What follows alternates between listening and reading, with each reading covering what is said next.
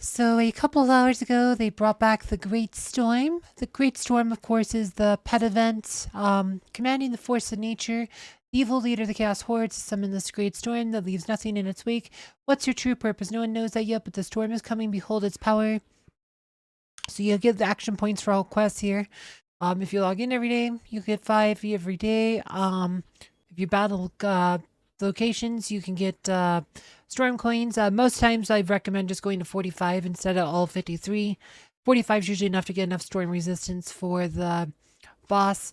If you VIP 7, you'll get 7 more action points. If you spend energy, you'll get some action points. Buying emeralds, you'll get more emeralds back, plus some more coins. Pet summoning, if you have 80 pet eggs, this is where you can use them. Just like I always recommend saving pet eggs for this.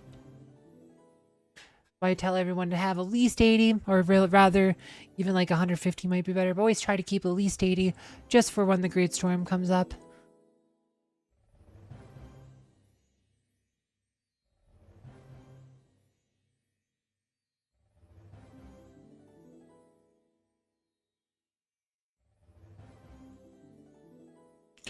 And that's 80.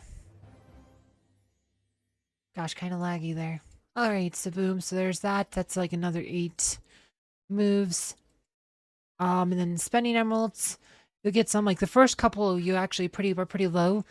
Like if you spend 500 emeralds, you'd get 2 more these action points. And as you do, if you can raid adventures, you can actually get some more of those. I think I've done my adventures for the day though. It's a 3-day event, so I'll probably raid it tomorrow. But if you raid adventures, you'll get those as well. And of course they have these storm treasure bundles if you want to buy chaos core particles and the storm coins. Like I said, usually I probably recommend just buying emeralds, but these are here if you want more storm coins, because you can use the storm coins to buy pet soul chests and stuff. But if you click here, there will be a story and stuff. I've done lots of videos over the store. I'll probably do another one. Just gonna usually do a whole playthrough every time, but we're not gonna do the playthrough today. But if you want to check, like I said, I'll probably link to one of my previous playthroughs in this video. If you want to see that. But pretty much the object here, like if you've never done one of these before, is you just like you want to start here or here and then just kind of go along the outside. So if you start right here, you would go from here to here and then zigzag through these outer 2 rings. You always want to leave 20, right? This number 4 right here, this with 20 storm resistance here.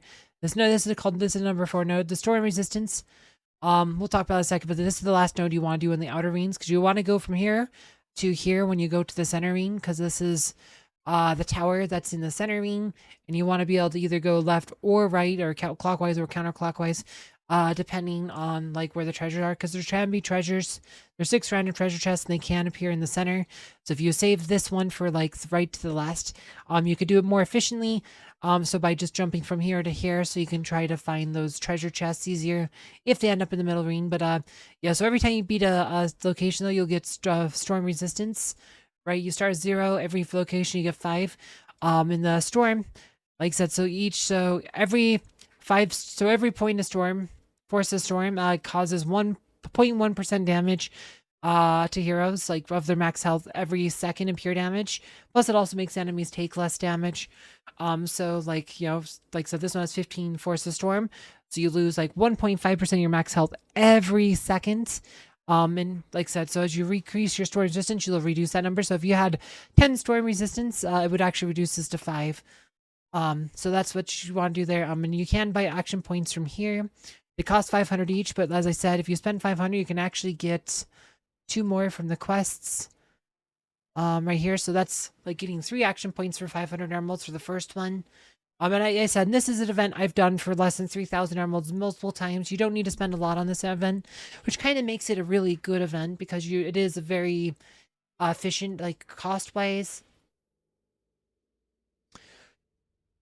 But yeah, no, like, oh, they changed the, see, no, they didn't. Okay, I thought they added that. It's slightly different, just looked a bit different for a second.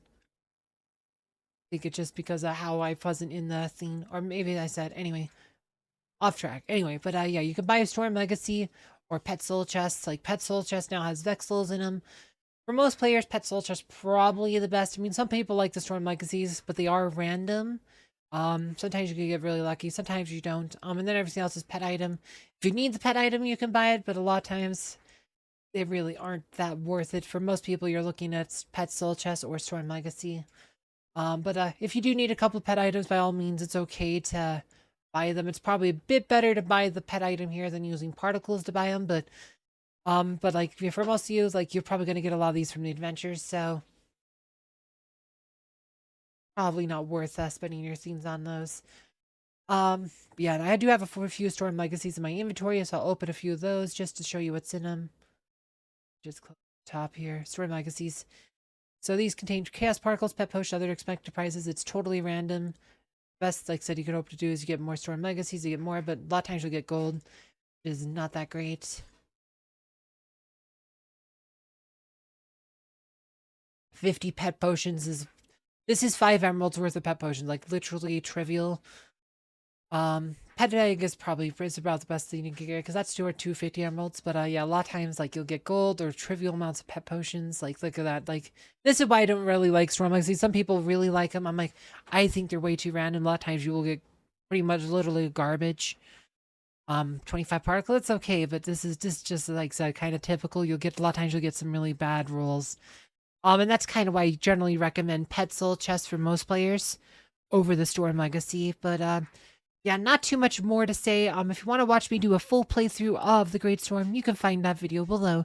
Thanks for watching.